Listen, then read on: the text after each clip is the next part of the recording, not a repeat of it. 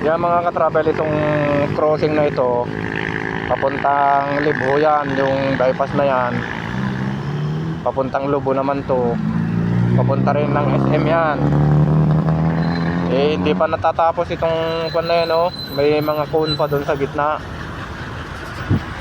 hindi pa natapos yan. Oh, matagal na po yan.